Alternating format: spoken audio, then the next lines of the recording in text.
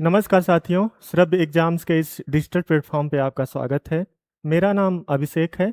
आज हम लोग यहाँ UP triple S C lower exam के सिलेबस में एक महत्वपूर्ण टॉपिक दिया हुआ है, पर्यावरण पारिस्थितिकी एवं आपदा प्रबंधन, जिसकी रिवीजन कक्षाएं आज से आरंभ कर रहे हैं। और उसको देखते हैं सबसे पहले सिलेबस के माध्यम से कि पर्यावरण पारिस्थितिकी तथा आपदा प्रबंधन का जो सिलेबस है, सबसे पहले उसको देख लेते हैं, क्योंकि इसी सिलेबस के अनुसार जो है हमारी सारी कक्षाएं संचालित होंगी आगे की। ठीक है, सिलेबस में देखेंगे पर्यावरणीय सुरक्षा एवं पारिस्थितिकी तंत्र, है ना। तो यहाँ पे सबसे पहले हम एक पर्यावरण की जो अवधारणा है, कॉन्सेप्ट है कि पर्यावरण है क्या, पर्यावरण के क्या क्या घटक हैं, उसको जानने का प्रयास करेंगे, है ना। उसके बाद हम लोग जो है सुरक्षा से संबंधित जो मुद्दे हैं, पर्यावरणीय सुरक्षा से संबंधित, जैसा कि जानते हैं आप लोग, इस समय मानवीय गतिविधियों के कारण जो है पर्यावरण अवनयन की स्थिति उत्पन्न हो चुकी है, डिग्रेडेशन की स्थिति उत्पन्न हो चुकी है, जिसके कारण इसकी सुरक्षा, पर्यावरण की सुरक्षा अनिवार्य हो जाती है। ठीक है, तो उसको डिटेल में हम लोग चर्चा करेंगे। वहीं पे अगला जो सब टॉपिक आता है वो है पारिस्थितिकी तंत्र। अब पारिस्थितिकी तंत्र के अंतर्गत हम लोग क्या क्या जानने का प्रयास करेंगे वो देखते हैं कि इकोसिस्टम के अंतर्गत जो है क्या क्या चीजें यहाँ पे हम लोग कक्षा में देखेंगे। सबसे पहले हम लोग जैव घटकों के बारे में देखेंगे, फिर उसके बाद अजैव घटकों के बारे में कि जैव घटक के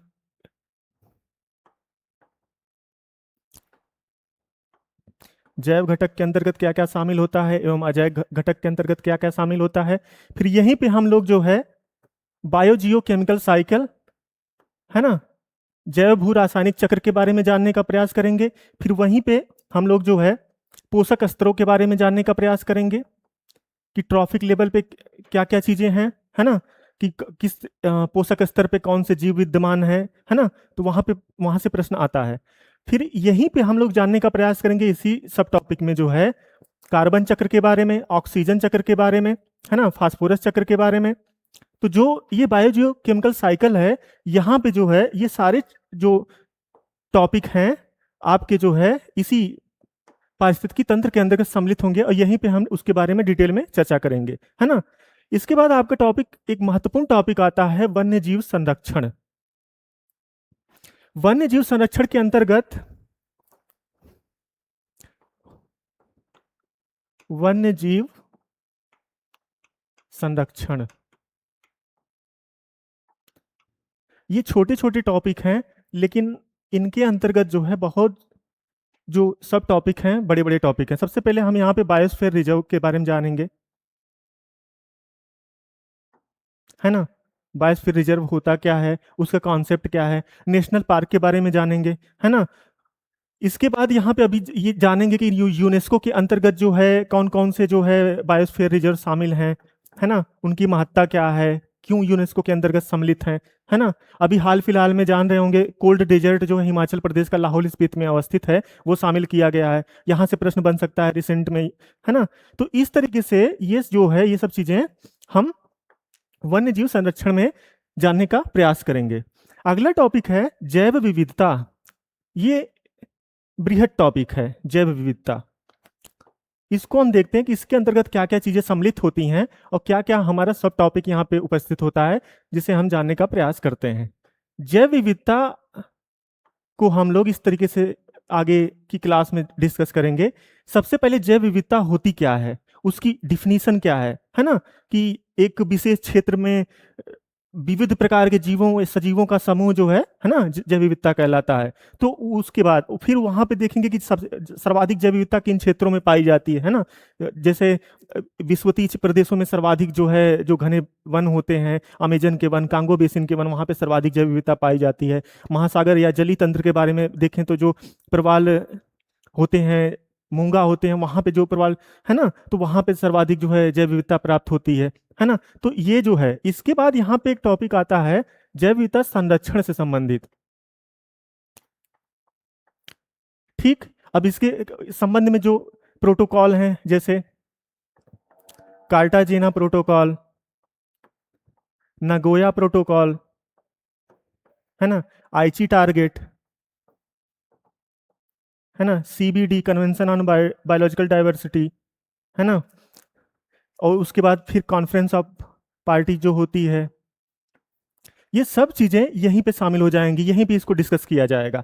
ठीक, आगे देखते हैं। और यहीं पे ही सबसे पहले हम जो यहाँ पे जो है जैव विविधता के प्रकार कौन कौन से हैं, जैसे कि प्रजाति आधार पे जैव विविधता, है ना, जाति आधार पे, समुदाय के आधार पे,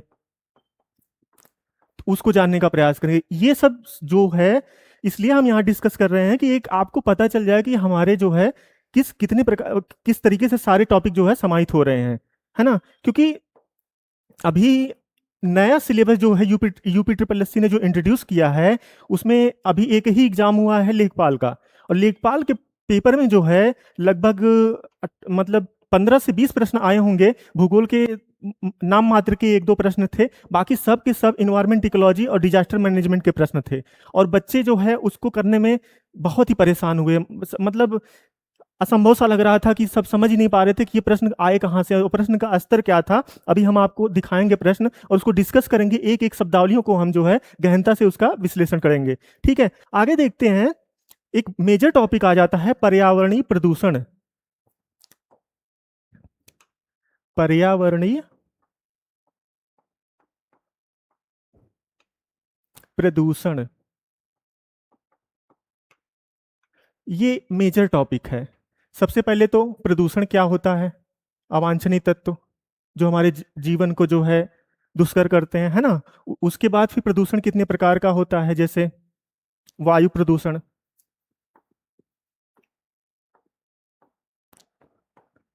वायु प्रदूषण को हम जो है NOx, SOx, है ना, यानी कि नाइट्रोजन ऑक्साइड से संबंधित जो ये NO3 NO2 जो भी गैसें हैं उनके बारे में जानने का प्रयास करेंगे। फिर, है ना, सल्फर के संबंधित में जानने का प्रयास, फिर कार्बन ऑक्साइड की क्या भूमिका है, किस प्रकार से ये प्रदूषित गैस है और किस प्रकार से ये जो है वैश्विक तापन में सहायक हो रही है, इसको जानने का प्रयास करेंगे। फिर पर्यावरण प्रदूषण को सबसे पहले जो है हम एक अवधारणात्मक रूप से समझने का प्रयास करेंगे कि प्रदूषण के स्रोत क्या हैं। उसके बाद हम जानेंगे कि इसके प्रभाव क्या हैं। फिर नीतियां क्या हैं, सरकारी नीतियां क्या हैं जो प्रदूषण के निवारण के लिए अपनाई जा रही हैं। इसी कॉन्सेप्ट के आधार पे जो है ये पूरा टॉपिक हमारा खत्म हो जाएगा। ठीक है, यहीं पे हम जो है ई वेस्ट के बारे में जानेंगे कि कौन सी नीति चल रही है, है ना। यहीं पे हम रेडियो एक्टिव प्रदूषण के बारे में जानेंगे, जैव प्रदूषण के बारे में जानेंगे, है ना, बायोचार के बारे में जानेंगे। तो ये एक मेजर टॉपिक है जहां पे हम जो है एक एक टॉपिक, मतलब सब टॉपिक को बहुत ही विस्तृत तरीके से समझने का प्रयास करेंगे। ठीक है, आगे सिलेबस के हिस्से को देखते हैं कि कौन सा टॉपिक बचता है। फिर यहाँ पे पर्यावरण डिग्रेडेशन हो गया। फिर पर्यावरणीय संचालक, एक्चुअली ये संचालक नहीं है, सिलेबस में संघात दिया हुआ है। और यहाँ पे एक उप टॉपिक मिस हो रहा है, वो है आपका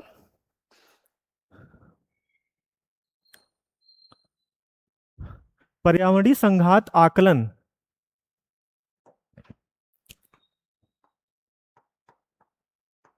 पर्यावरणीय, एक्चुअली पर्यावरणीय प्रभाव आकलन। इसके पहले यूपी ट्रिपल एस सी जो है इतने विस्तार से जो है पर्यावरण से प्रश्न नहीं पूछता था।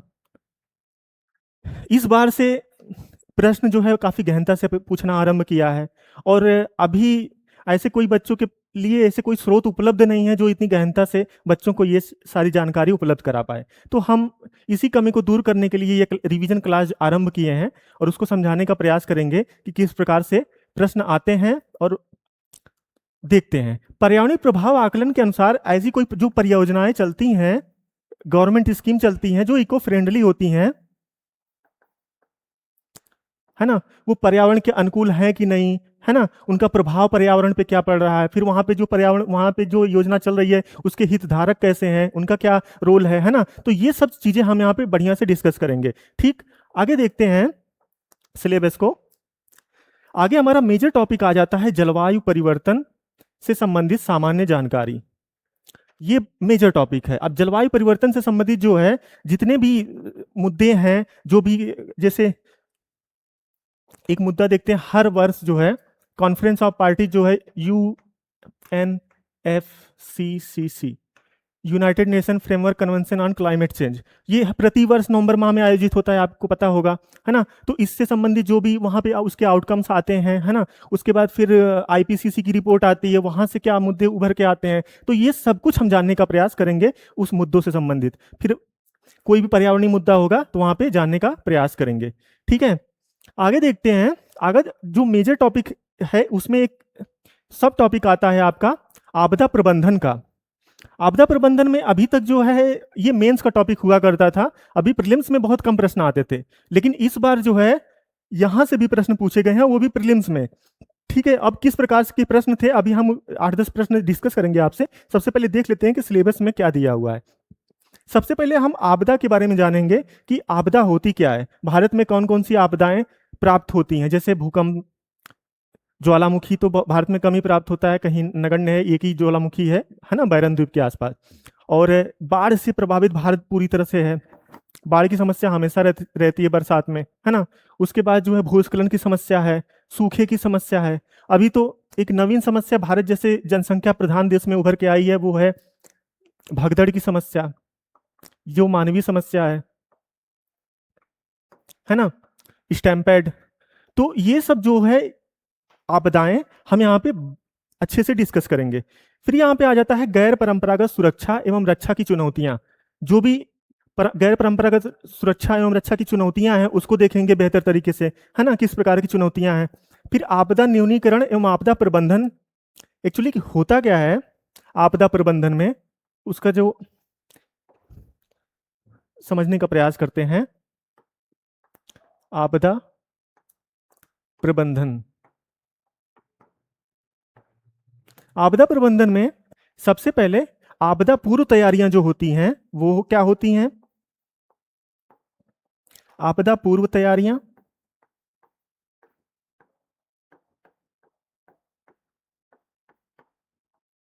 दूसरा होता है आपदा पश्चात तैयारियां,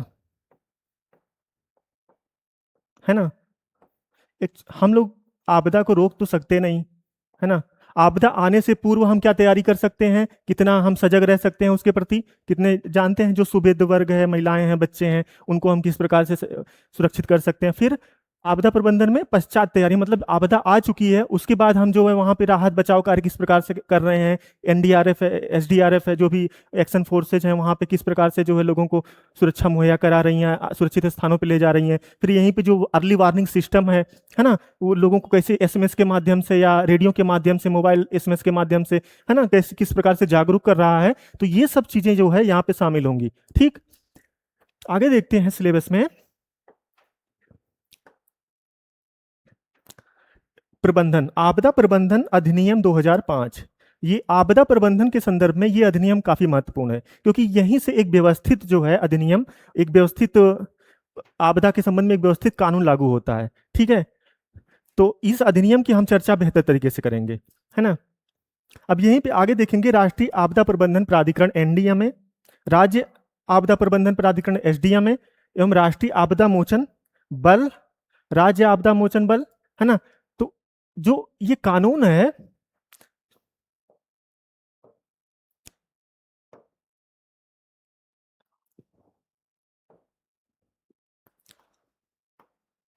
आपदा प्रबंधन के संदर्भ में,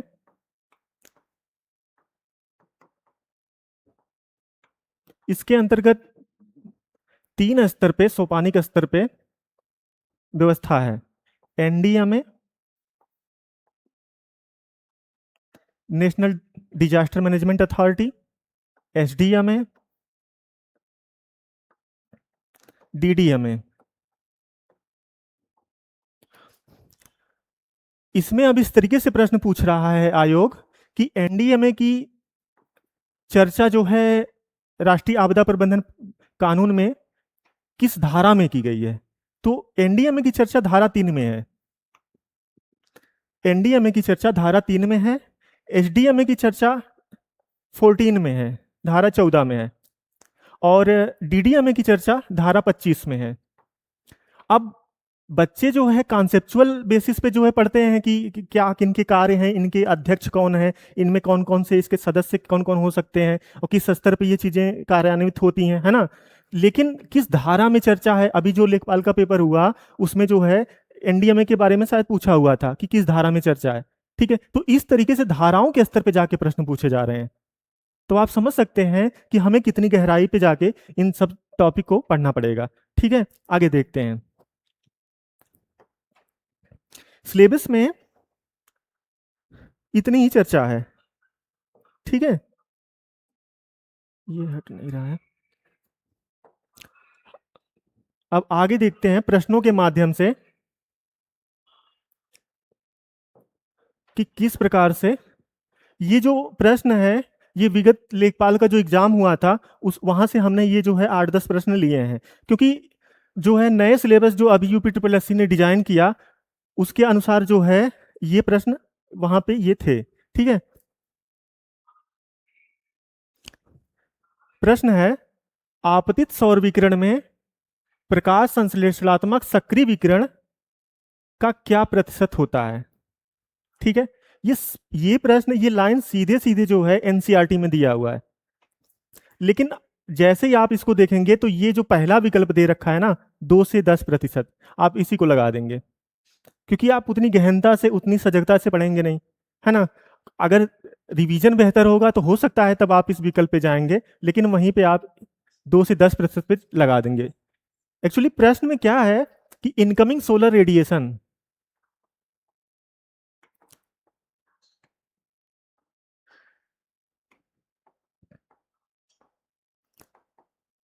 इनकमिंग सोलर रेडिएशन जो होता है, यानी कि सूर्य से जो हमें तरंगे प्राप्त होती हैं, ऊर्जा जो प्राप्त होती है, पूछ रहा है कि उस ऊर्जा का प्रकाश संश्लेषण में क्या भाग होता है उस, है ना। अब उसको हम यहाँ पे देखते हैं एक बार। जो इनकमिंग सोलर रेडिएशन होता है इसमें जो विजिबल,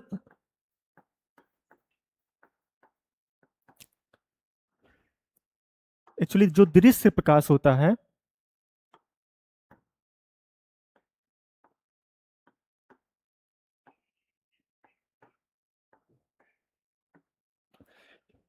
इसकी जो तरंगदैर्ध्य होती है यही तो होता है उसमें भागीदार प्रकाश संश्लेषण में। 400 से 700 नैनोमीटर के आसपास, यही जो रेंज है पृथ्वी की सूर्य की ऊर्जा का, जो ये रेंज होती है 400 से लेके 700 की, जो विवग्योर हम लोग पढ़ते हैं जानते हैं, तो यही जो पोर्शन है यही सिर्फ प्रकाश संश्लेषण में भाग लेता है, यही प्रकाश संश्लेषण के लिए उत्तरदायी है, फोटोसिंथेसिस इफेक्ट के लिए।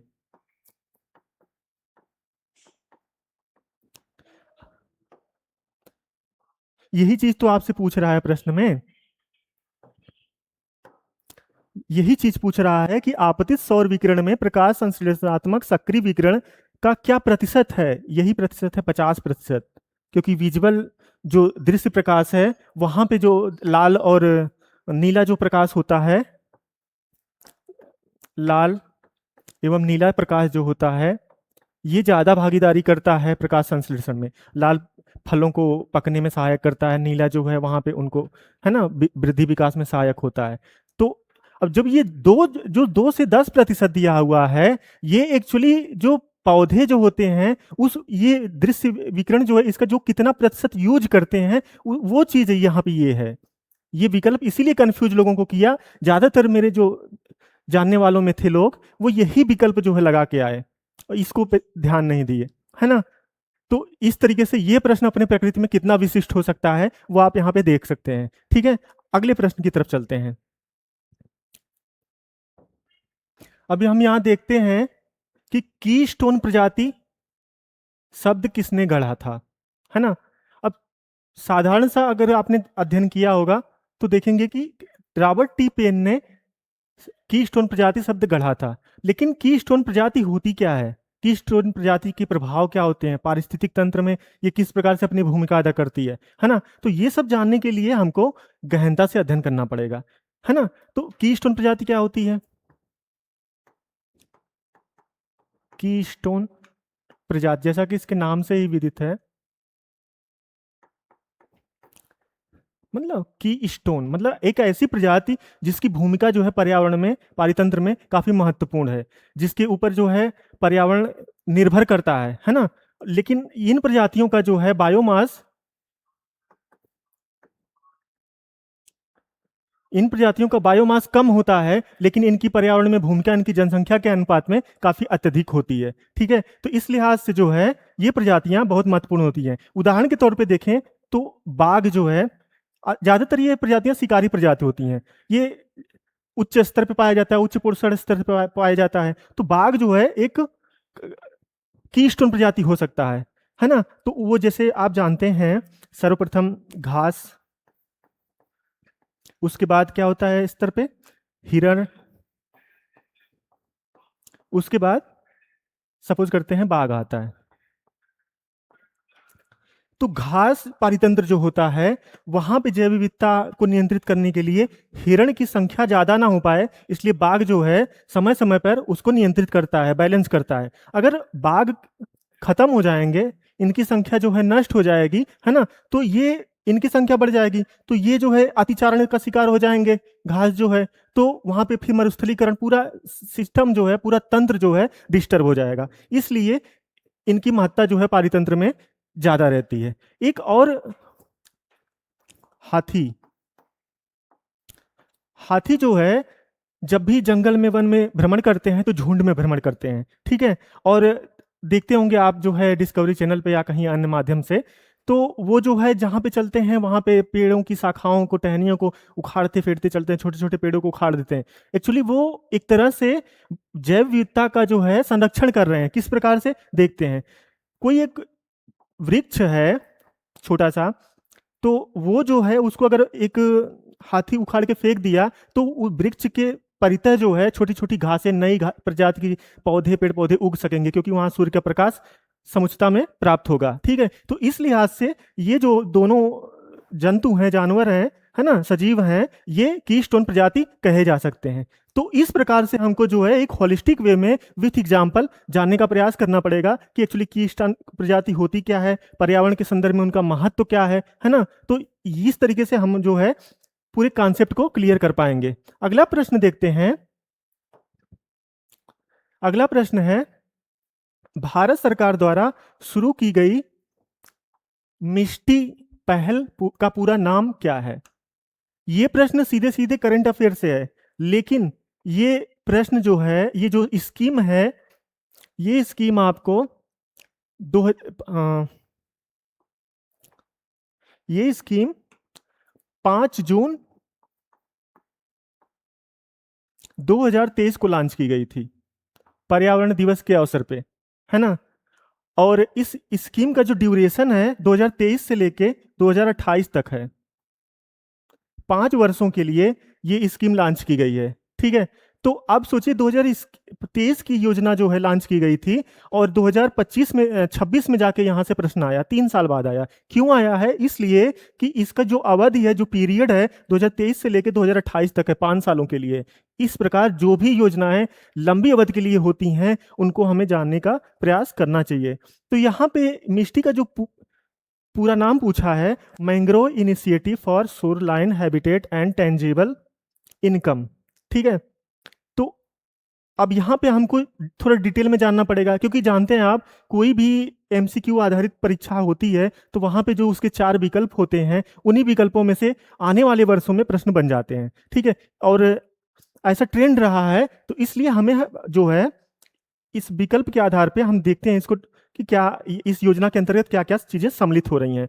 मैंग्रोव के बारे में है, मैंग्रोव वन जानते होंगे, भारत के जो 9 तटीय राज्य हैं, जिसमें पश्चिम बंगाल में सर्वाधिक मैंग्रोव पाए जाते हैं, जानते हैं। सुंदरी जो वृक्ष है उसकी प्रधानता है वहाँ पे, है ना। फिर यहाँ गुजरात के रन ऑफ कच्छ में, फिर है ना, उसके बाद फिर तमिलनाडु के क्षेत्र में यहाँ पे मैंग्रोव की प्रधानता है। तो वहाँ पे जो है उनके संरक्षण के लिए, उन वनों के, ये योजना लॉन्च की गई है। फिर उसी समय में जो वहाँ पे जो है हैबिटेट्स हैं जो वहाँ पे प्रजातियां निवास करती हैं, सजीव जो निवास करते हैं, उनके संदर्भ में प्रयास किए जाएंगे, उनके पुनर्भरण के लिए, उनके संरक्षण के लिए, है ना।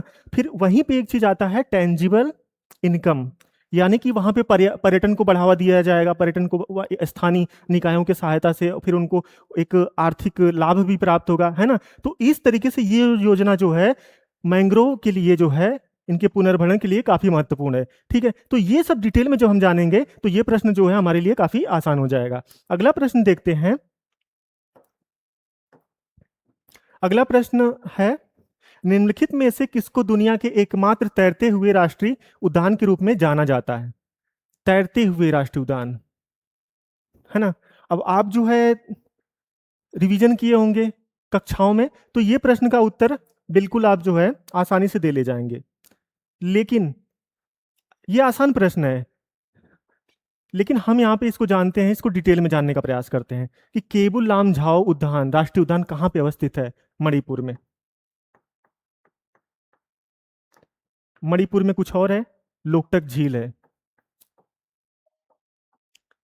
क्यों प्रसिद्ध है? इस झील में फुमदी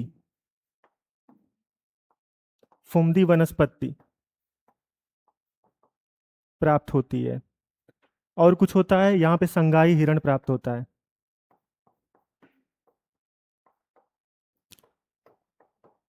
है ना। अब अगली बार यहां से अगर प्रश्न बनेगा तो ये बनेगा कि केबुल लामझाओ राष्ट्रीय उद्यान कहाँ पे, किस झील के में अवस्थित है ना, कि वहां पे कौन सी झील प्राप्त होती है, फिर वहां उस झील में कौन सी विशेष प्रकार की वनस्पति प्राप्त होती है, या वहां पे कौन सा हिरण प्राप्त होता है ना। तो इस तरीके से प्रश्न बन सकता है, तो हमको इतना डिटेल में जाके वहां पे पढ़ने की आवश्यकता है। दूसरे जो विकल्प हैं उसमें देख लेते हैं। मानस राष्ट्रीय उद्यान कहाँ पे है? असम में है, यूनेस्को की धरोहर में शामिल है। काजीरंगा कहाँ है? ये भी असम में है। क्यों प्रसिद्ध है? आप जानते होंगे, यहाँ पे एक सींग वाले गैंडा राइनोसोरस प्राप्त होते हैं, है ना, जो वल्नरेबल कैटेगरी में है आईयूसीएन के। फिर नामदफा राष्ट्रीय उद्यान ये कहाँ पे है? ये अरुणाचल में स्थित है। तो ये जो कुछ मुख्य प्रसिद्ध जो नेशनल पार्क हैं या बायोस्फीयर रिजर्व हैं, इनको हमें जो है इनकी सारी लिस्ट को एक बार देखना तो पड़ेगा ही, रिवीजन करना पड़ेगा। और इस तरीके की जहाँ पे जिन राष्ट्रीय पार्कों में जो विशिष्टता प्राप्त होती है ना, ये तो पीवाईक्यू था, तो वहां पे उनको हमको डिटेल में पढ़ना पड़ेगा, रिवीजन कई बार करना पड़ेगा। ठीक है, अगला प्रश्न देखते हैं। अगला प्रश्न है खाद्य श्रृंखला के क्रमिक पोषी स्तरों पर रसायनों का संचय कहलाता है। अब ये प्रश्न जो है आप पहली नजर में देखेंगे तो इन दो विकल्पों पे जाएंगे, एक ऑप्शन बी पे और ऑप्शन डी पे, है ना। जो भी स्टूडेंट जो है थोड़ी बहुत तैयारी किया होगा, रिवीजन किया होगा, तो वो इन दोनों विकल्पों में ही जाके कंफ्यूज होगा। ठीक है, लेकिन यहाँ पे कंफ्यूजन थोड़ा ज़्यादा ही रहता है, क्योंकि बहुत ही बेहतर तरीके से अगर कॉन्सेप्चुअल क्लैरिटी है तभी आप यहाँ पे जो है कंफ्यूज नहीं होते हैं, अन्यथा जो है यहाँ पे आप फंसते जरूर हैं। अब देखते हैं प्रश्न को, खाद्य श्रृंखला जो ट्रॉफिक लेवल है, तो वहां पे उस आधार पे ये प्रश्न जनरेट हुआ है। सबसे पहले देखते हैं जैव विविधता क्या है। अभी पिछले सिलेबस जब मैं डिस्कस कर रहा था तो बताया जैव विविधता क्या है ना, प्रजातियों का, विविध प्रजातियों का समूह। अब आया जो ऑप्शन बी है, जैव संचय क्या होता है? बायो एक्युमुलेशन, है ना। एक्चुअली जो पोषक स्तर होता है, क्या होता है पोषक स्तर? सबसे पहले जल, फिर यहां पे शैवाल, फिर यहां पे मछली, है ना, फिर पक्षी। ठीक, अब ये पोषक स्तर ये जलीय तंत्र के बारे में है ना, स्थलीय तंत्र के बारे में नहीं है।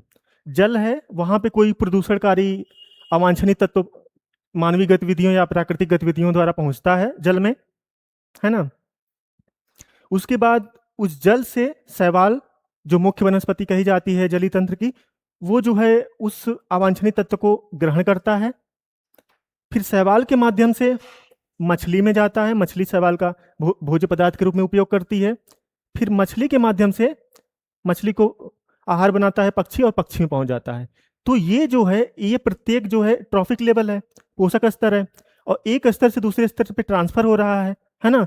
तो ये जो एक स्तर से दूसरे स्तर, दूसरे से तीसरे स्तर पे जा रहा है, तो ये जो प्रक्रिया है एक्चुअली ये है जैव आवर्धन। और जो एक ही स्तर पे, जैसे शैवाल के ही स्तर पे या जल के स्तर पे जो अवांछनीय प्रदूषणकारी तत्वों का जो संचयन हो रहा है वैयक्तिक स्तर पर, यानी कि व्यक्तिगत स्तर पर देखें तो वो चीज होती है जैव संचयन। क्लियर हो गया। जैव संचयन एक ही पोषक स्तर पे होता है, जबकि जैव आवर्धन प्रत्येक पोषक स्तर पे होता है, बायोमैग्निफिकेशन। क्लियर हो गया। ठीक है, तो इस प्रकार से ये चीज क्लियर हो गई। अब यहां पे एक शब्दावली आती है सुपोषण। सुपोषण क्या चीज है ना। आप देखते होंगे अक्सर जो है अपने आसपास जो भी झीलें होंगी, जो भी तालाब होंगे गांव में, तो वहां पे ढेर सारे जो है पौधे उगाते हैं, और जलकुंभी के पौधे आ जाते हैं। एक्चुअली क्या होता है, जो हमारा जलीय तंत्र होता है वहां पे उस तंत्र में पोषक तत्व जो है, चाहे वो कृषि क्षेत्र से जाके जल जाता हो, चाहे हमारे घरों से जो मल मूत्र निकलता है वो जाता है, तो उसके माध्यम से जो जल होता है वहां पे पोषक तत्वों की गहनता हो जाती है, वहां पे पोषक तत्वों में वृद्धि हो जाती है, जिससे अनेक प्रकार की वनस्पतियां वहां पे उगाती हैं। ठीक है, तो यही जो पोषक तत्वों का जो सांद्रण हो रहा है उसी को सुपोषण कहते हैं। तो इसका दुष्परिणाम क्या होता है, एल्गी बूम, शैवाल प्रस्फुटन, ये टर्म जो है आगे आप पढ़ेंगे। तो इससे क्या होता है कि बड़े स्तर पे जो है वहां पे जो है जलकुंभी या कोई अन्य शैवाली पदार्थ वहां पे पूरी जो है उस तंत्र को जो है सिस्टम को पूरा नष्ट कर देते हैं। कैसे? क्योंकि ये जो है बीओडी, बायोलॉजिकल ऑक्सीजन डिमांड, इसको जो है पूरा कम कर देते हैं। कम कर देते हैं या बढ़ा देते हैं?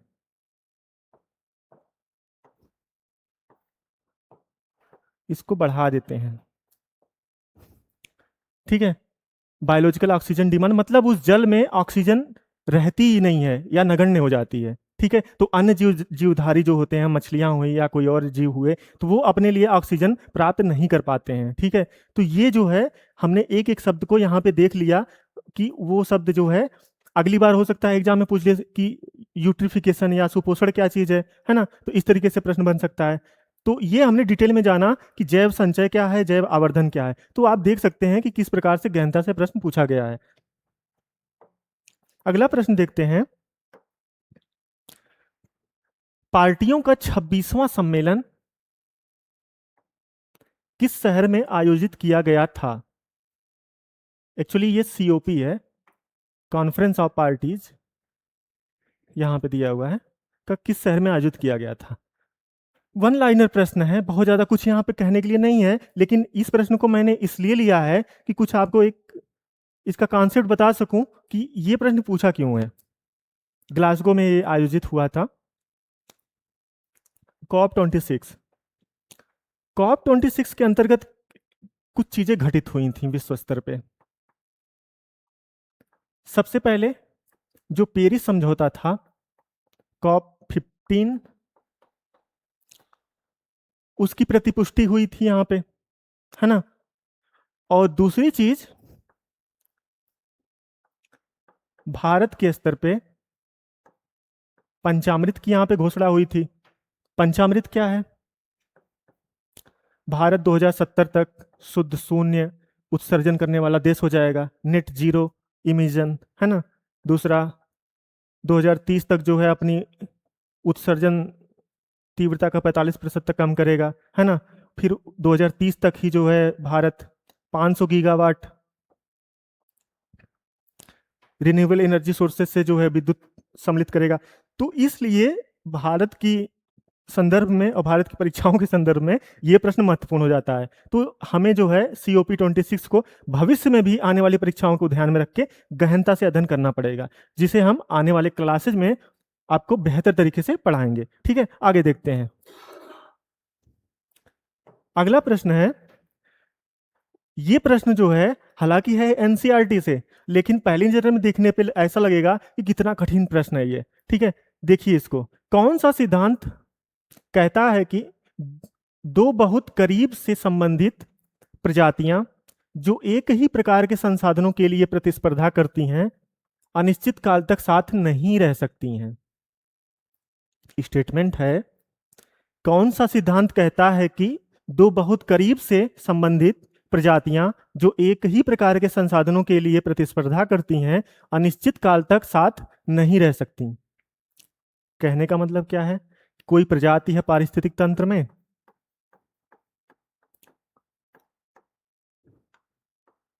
पारिस्थितिक तंत्र है, वहां पे प्रजाति हैं, दो प्रजाति हैं जो सीमित भोजन, पानी, आवास, यही तो जीने के लिए चाहिए, है ना, प्रजातियों के। भोजन, पानी, आवास, इसके लिए जो है ये सीमित संसाधन है, इसके लिए प्रतिस्पर्धा कर रही हैं। तो ये सिद्धांत जो है कौन कहता है? तो इसमें क्या होता है, एक्चुअली ये सिद्धांत का जो थीम है वो मैं बता देता हूं आपको, उसके बाद प्रश्न के उत्तर पे आता हूं। इसके अंदर क्या होता है, जो प्रभावी प्रजाति है, जो मजबूत प्रजाति है, जो बलशाली प्रजाति है, वही वो जो है कमजोर प्रजाति को जो है अपवर्जन के सिद्धांत के अनुसार, ये अपवर्जन का सिद्धांत है, गॉस का नियम है, उसके अनुसार कमजोर प्रजाति को बाहर कर देती है, पारितंत्र से बाहर कर देती है। और एक तरह से देखें तो ये जो योग्यतम की उत्तरजीविता है, योग्यतम की उत्तरजीविता, है ना, तो उसका पालन ये करती है। तो ये देखिए कि ये प्रश्न जो है कितनी गहनता से जो स्टेटमेंट देके पूछ लिया, है ना। लेकिन अगली बार क्या हो सकता है कि ये चीजें पूछ ले कि सीमित संसाधन में क्या क्या है, मतलब किस प्रकार से, तो वहां पे आप कंफ्यूज हो सकते हैं।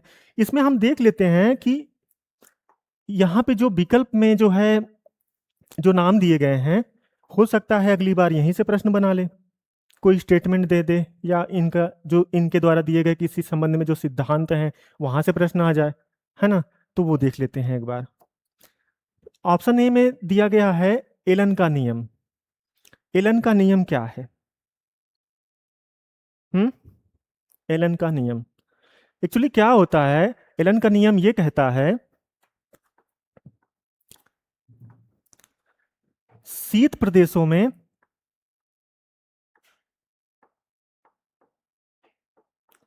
अगर कोई जीव है तो प्रकृति द्वारा उसके अंगों को वहां के अनुसार डिजाइन किया जाता है। जैसे शीत प्रदेशों में एक लोमड़ी पाई जाती है, उसके कान छोटे होते हैं,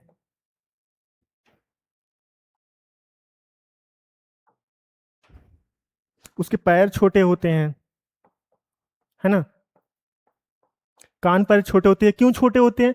क्योंकि आप जानते हैं उष्मा संरक्षण के लिए अगर शीत प्रदेश में है तो आप अपने आप को सिकोड़ लेते हैं, है ना, कि कम ठंड लगे, हमारे शरीर की उष्मा बाहर ना जा पाए, है ना। तो इसी नियम के अनुसार जो है वहां पे उनके जीव जंतुओं के अंग जो है प्रकृति डिजाइन कर देती है। ठीक इसके जस्ट विपरीत रेगिस्तानी प्रदेशों में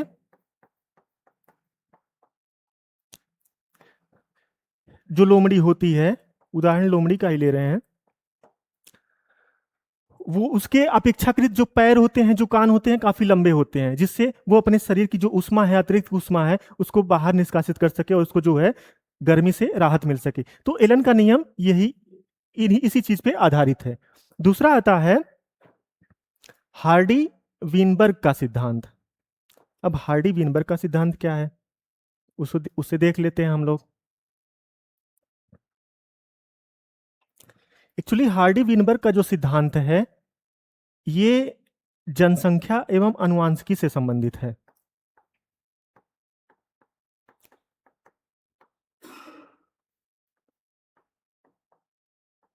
इसको हम साधारण शब्दों में कहें तो किसी रेंडम प्रजाति की जो जनसंख्या है वो तब तक प्रभावित नहीं होगी या उसमें तब तक कोई गुणधर्म में परिवर्तन नहीं होगा जब तक बाह्य कारकों में क्या, जैसे कि म्यूटेशन आप जानते होंगे, उत्परिवर्तन, है ना, या जीन के स्तर पे कुछ वहां पे कोई संसर्ग ना हो, है ना, तो वो प्रजाति जब तक शुद्ध रहती है तो उसका जीनोटाइप और एलील जो है एक समान बना रहता है। ठीक है, तो यहाँ पे इसको जनसंख्या एवं आनुवंशिकी के आधार पे जो है ये हार्डी एवं विनबर्ग का सिद्धांत लागू होता है। तीसरा जो है लिबिक का न्यूनतम नियम। अब लिबिक का न्यूनतम नियम क्या है? मैं ये सब विकल्प इसलिए आपको बता रहा हूं कि हो सकता है कि आने वाली परीक्षाओं में यहीं से प्रश्न हो जाए, क्योंकि जितने भी आप पीवाईक्यू जब हल करते होंगे दूसरी परीक्षाओं के, तो वहां पे देखते होंगे 75 से 80% जो प्रश्न होते हैं वो कहीं ना कहीं विकल्पों से ही बनते हैं, है ना। चाहे वो यूपीएससी हो, चाहे यूपीपीसीएस हो, चाहे कोई एग्जाम हो, वहां पे इसी प्रकार का जो ट्रेंड है वो रहता है। अब लिबिक का जो सिद्धांत है वो क्या कहता है, ये कृषि क्षेत्र से संबंधित है, कृषि पारिस्थितिकी से। तो कोई पौधा है, अगर किसी कृषि क्षेत्र में किसी पौधे की वृद्धि जो है, किसी पौधे की वृद्धि बृहद तत्वों से डिसाइड नहीं होती है, यानी कि जो वहां पे अगर 10 तत्व ऐसे हैं जो पोषक तत्व जो है काफी समृद्ध अवस्था में प्राप्त हो रहे हैं, तो उनसे उस पौधे की वृद्धि नहीं डिसाइड होगी। जो एक सूक्ष्म तत्व है, जैसे मान लो नाइट्रोजन हो गया या फास्फोरस हो गया, है ना, तो उसके अनुसार डिसाइड होगी। आई समझ में? मतलब कोई चीज अधिकता में प्राप्त है तो वो पौधे की वृद्धि पे प्रभाव नहीं डालेगा, लेकिन अगर कोई चीज कम है और कोई सूक्ष्म तत्व है तो उसके अनुसार ही उसकी वृद्धि डिसाइड होगी। तो ये कौन कहता है? ये लिबिक का न्यूनतम सिद्धांत कहता है, यही न्यूनतम सिद्धांत है। ठीक है, तो इस तरह से हमने देखा कि गॉस का नियम क्या है जो स्टेटमेंट में दिया था, लिबिक का नियम ये देख लिया हमने, एलन का नियम जो ताप के अनुसार जो है प्रकृति जो है किसी जीव का अंगों का निर्धारण कर देती है, हार्डी विनबर का सिद्धांत हमने देख लिया, जनसंख्या एवं अनुवांशिकी से संबंधित था। तो इस प्रकार से ये प्रश्न जो है इतना कठिन लग रहा था, लेकिन अब जो है आपके लिए आसान हो गया, सहज हो गया। ठीक है, अगला प्रश्न देखते हैं। ये प्रश्न तो अपनी प्रकृति में पिछले प्रश्न से भी डिफिकल्ट लगता है। क्या है? एविल क्वाड्रेट में निम्नलिखित में से कौन सा कारण शामिल है? एक बार फिर से आप लोग देखिए कि एविल क्वाड्रेट में कौन सा जो है कारण शामिल है। ठीक है, अब वहां पे आप देखेंगे 4 विकल्प दिए हुए हैं: जलवायु प्रेरित आवास स्थानांतरण, बाह्य स्थानीय संरक्षण, अनुवांशिक विविधता, सविलुप्तता। उपयुक्त में से कोई नहीं, 5वां विकल्प। एक्चुअली एविल क्वाड्रेट है क्या, इसको जानते हैं। एक महापुरुष थे जेरेड डायमंड, उन्होंने ही इस टर्म की चर्चा करी। ये टर्म किस संदर्भ में है? जैव विविधता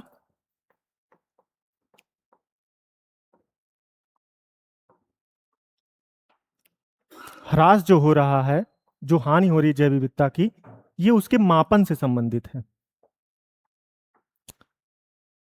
ना। जैव विविधता ह्रास कैसे होगा? किसी भी प्रजाति का अतिदोहन कर लिया जाए, उस प्रजाति का आवासीय क्षति हो जाए, है ना, किसी विदेशी प्रजाति का आक्रमण हो जाए, या सहविलुप्तता प्रक्रियाएं हो जाएं। तो ये 4 चीजें क्या? आवास क्षरण,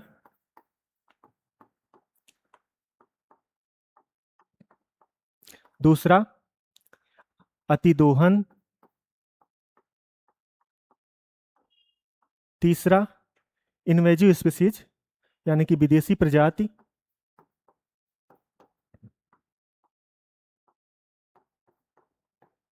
का आक्रमण, चौथा जो आपके विकल्प में दिया हुआ है सहविलुप्त प्रक्रियाएं। ये प्रश्न एक दूसरे एंगल से देखते आप तो समझ जाते, जैसे जलवायु प्रेरित आवास स्थानांतरण। हालांकि जलवायु से ही प्रेरित आवास स्थानांतरण है, लेकिन स्थानांतरण है, विलुप्तीकरण नहीं है, तो प्रजाति जो है विलुप्त तो होगी नहीं, तो इसको कैंसिल कर सकते थे आप। बाह्य स्थानीय संरक्षण है, यहां पे तो किसी प्रजाति का संरक्षण की बात हो रही है, तो इसको भी आप कैंसिल कर सकते थे। आनुवांशिक विविधता में कमी, कमी आ रही है ना कि विलुप्त हो रहा है, तो इसको भी आप कैंसिल कर सकते थे। अब बचता कौन सा है? सविलुप्तता प्रक्रियाएं। लेकिन आपको तो ये सबसे पहले तो ये जानना आवश्यक था ना कि ये एविल क्वाड्रेट जो है ये टर्म एक्चुअली क्या है। हम्म, जब आप ये टर्म ही नहीं जानते कि किस संदर्भ में है, तो आप ये कैसे अनुमान लगा सकते थे कि ये करना है?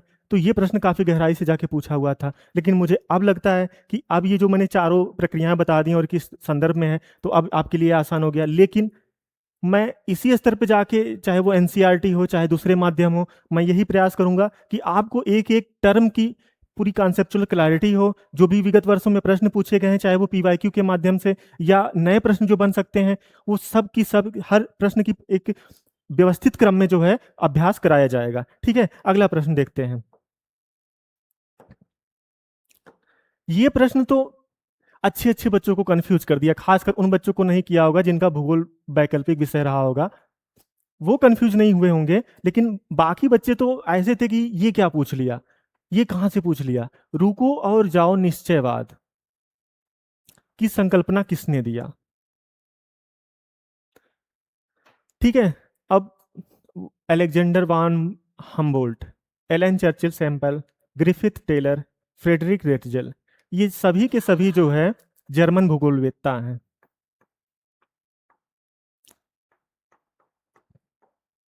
सब के सब जर्मन भूगोलवेत्ता हैं। थोड़ा डिटेल में इनके बारे में बता देता हूं। एक्चुअली सबके सब जर्मन भूगोलवेत्ता हैं और सबके सब निश्चयवादी हैं। जर्मनी जो स्कूल है, जर्मनी कोई स्कूल नहीं है, एक विधा है। मतलब भूगोल विषय में जब आप वैकल्पिक विषय पढ़ते हैं तो वहां पे इनकी चर्चा की जाती है। तो यहाँ पे रुको और जाओ निश्चयवाद, ये प्रश्न सिर्फ यही एक प्रश्न है जो लेखपाल पेपर में भूगोल से पूछा गया है, और वो भी सिलेबस का पार्ट नहीं है ना, कि भूगोल में जो जो भी टॉपिक थे वहां से नहीं पूछा गया।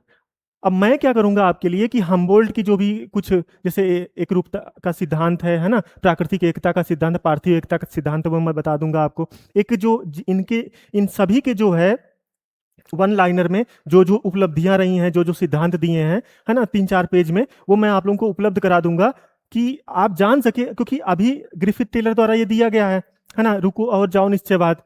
थोड़ा सा इसको तोड़ के देख लेते हैं। रुको और जाओ निश्चयवाद एक्चुअली क्या है कि जब पर्यावरणविद जो थे, जैसे जर्मनी के लोग जो थे, वो पर्यावरण निश्चयवादी थे। वो ये सोचते थे कि प्रकृति पर सर्वोपरि नियंत्रण जो है किसी का नहीं है। प्रकृति मनुष्य पर नियंत्रण करती है, प्रकृति मनुष्य को निर्धारित करती है, प्रकृति मनुष्य की गतिविधियों को, सामाजिक आर्थिक सांस्कृतिक गतिविधियों को निर्धारित करती है। मनुष्य जो है भूतल की उपज है मात्र, और कुछ नहीं है, एलन सेम्पुल कहती हैं, है ना। तो इस तरीके से ये लोग जो है अपना विचार दिए। लेकिन इनके जस्ट विपरीत लाब्लास आते हैं, फ्रांसीसी विचारक आते हैं, फ्रांसीसी स्कूल के विचारक आते हैं। वो कहते हैं नहीं, मनुष्य जो है अपने अनुसार जो है प्रकृति में परिवर्तन कर सकता है, अपने अनुसार संसाधनों का दोहन कर सकता है, अपने अनुसार जो है प्रकृति को जो है परिवर्तित कर सकता है ना। संभावना पे जो है चीजें आगे बढ़ती हैं। तो ये जो कंट्राडिक्टरी इन लोगों का चलता है, इसी संदर्भ में फिर ग्रिफिथ टेलर आते हैं। वो कहते हैं नहीं, हमें बैलेंस बना के चलना पड़ेगा, एक मध्यम मार्ग। हम प्रकृति का दोहन करेंगे, फिर एक समय आएगा कि हमें रुकना पड़ेगा, फिर संरक्षण का क्रम आएगा कि देखेंगे कि हमें इस तरीके से संसाधनों का दोहन कर रहे हैं, क्या हमारे भावी पीढ़ियों के लिए भी संसाधन बच रहा है, उनके हितों को हम जो है दुष्प्रभावित तो नहीं कर रहे हैं। ठीक है, तो उस संदर्भ में ये जो मध्यम मार्ग के रूप में नवनिश्चयवाद सिद्धांत ये देते हैं ग्रिफिथ टेलर। ठीक है, तो आप सोचिए ये प्रश्न का लेवल क्या है ना। तो सामान्य सा बच्चा इसको, इस प्रश्न को देखेगा तो वहीं पे सोचेगा छोड़ो ना, इसको कौन करना है, छोड़ देगा वहीं पे। ठीक है, लेकिन हम क्या करेंगे कि जितने भी भूगोलवेत्ता हैं उनके जो है, जो भी 2-4 उपलब्धियां हैं, उसको एक पेज पे जो है नोट डाउन करके वो नोट्स आपको अवेलेबल करा देंगे। ठीक है, तो इस प्रकार से जो है हमने डिटेल में जो है आपसे जो विगत नए सिलेबस के अनुसार, यूपी ट्रिपल एससी के नए सिलेबस के अनुसार जो प्रश्न पूछे गए लेखपाल एग्जाम में अभी हाल फिलहाल में, उसको हमने यहाँ पे डिस्कस किया, आपको बताने का प्रयास किया। ठीक है, तो इसका उद्देश्य ये था कि आप जान सकें कि हम कितनी गहराई से सिलेबस को डिस्कस किए। उसके बाद जो है सबसे पहले हम सिलेबस को डिस्कस किए, जो है एक एक शब्द को जो है ना, बहुत लंबा है यहाँ पे। इसके बाद हम जो है सभी प्रश्नों पे आए, एक एक करके प्रश्नों के विकल्पों को हमने ध्यान से देखा, है ना, उसके बारे में जानने का प्रयास किया कि फिर अगले वर्ष या आगामी परीक्षाओं में वहां से कहीं प्रश्न ना आ जाए। ठीक है, तो ये जो है एक जो हमने एक प्रारूप आपको बताया कि इसी माध्यम से जो है परीक्षा में जो है हमें अपनी तैयारी करके जानी होगी। क्योंकि परीक्षा का पैटर्न जो है अब वस्तुनिष्ठ है, लेकिन हमें सब्जेक्टिव तरीके से, बेहतर तरीके से तैयारी करके जानी पड़ेगी। एक्चुअली क्या है, जो इन्वायरमेंट इकोलॉजी और डिजास्टर मैनेजमेंट जो पोर्शन है, ये देखा जाए तो यूपीपीसीएस का जो मेंस का आप देखेंगे सिलेबस ना, पेपर थर्ड में, वो देखा जाए तो लमसम में वहीं से कॉपी करके यहाँ पेस्ट कर दिया गया है। तो हमें उस स्तर पे जाके तैयारी करनी पड़ेगी और उतनी समझ विकसित करनी पड़ेगी, तब जाके हम ये सब प्रश्नों को हल कर पाएंगे। ठीक है, तो एक बेहतर समझ के साथ हम यहाँ पे ये चीज कर पाएंगे। इसके साथ मैं एक चीज और कर दूं, आपको बता दूं, जो हमारा एप्लीकेशन है श्रव्य लर्निंग ऐप,